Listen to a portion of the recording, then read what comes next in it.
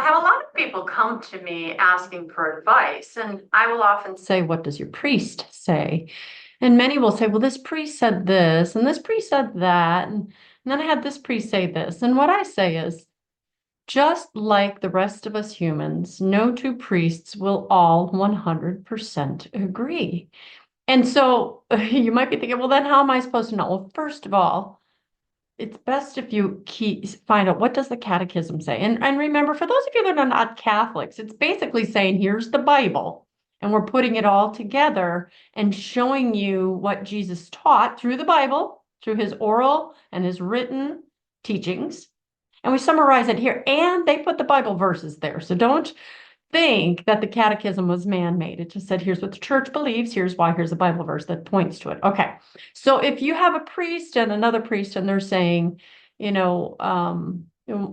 it's just slightly different and it seems as if they're in line with the catechism, well, then you have to answer to your priest, and that will cover you. But one of the quickest things I tell people is to pay attention. If you get a priest that is telling you to run from your cross or to drop your cross or to not carry your cross, then run from that priest.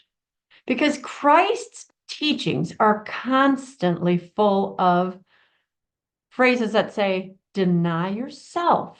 Deny yourself. Deny yourself that desire for a romantic marriage. Deny yourself your desire to have a child who trying to think of something might sound bad to say, well, my desire to have a child, and I don't have a child, and I might think about going in vitro, which goes against the church. You'll have people saying, oh, God wants you happy. No, no, nowhere in the Bible does it say that. God's perfect will, he wants us happy, but since sin came into the world, we have God's permissive will, and nowhere does he say, I want you to be happy. He says, deny yourself your desires, deny yourself those dreams, deny yourself those wishes, pick up your cross, and then follow me.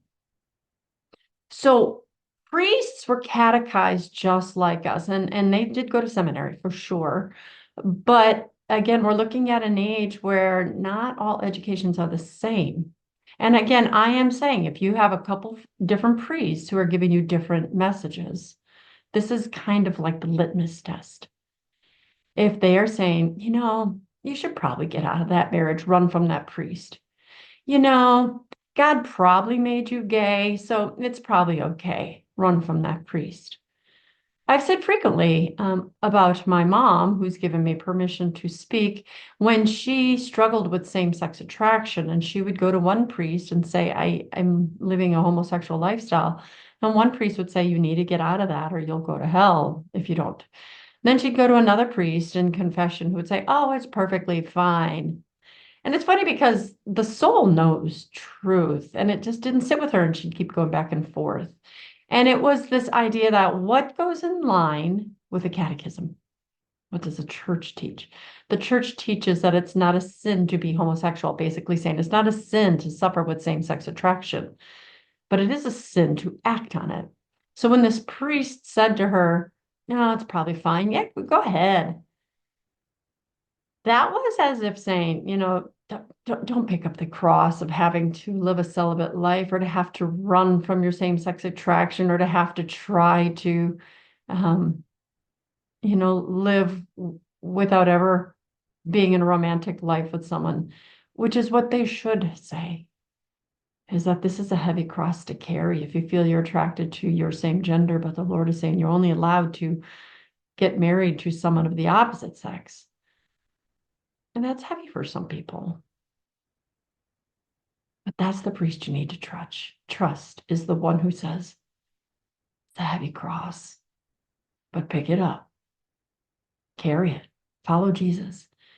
And an even better priest is the one that says, I'll help you carry that cross. I'm here for you. I'll instruct you. I will give you all that I have. And then that priest should turn you to the Bible where it says Jesus' words. It's a short video, but I'd like to think it's a powerful teaching. We always have to go with truth, And sometimes truth means doing the tough thing. But the good news is that your level in heaven is directly proportionate to the amount of suffering you endured on earth. You pick up those crosses not because Jesus is a masochist, because Jesus says, you pick up that cross, follow me, and I know what I have planned for you on the other side.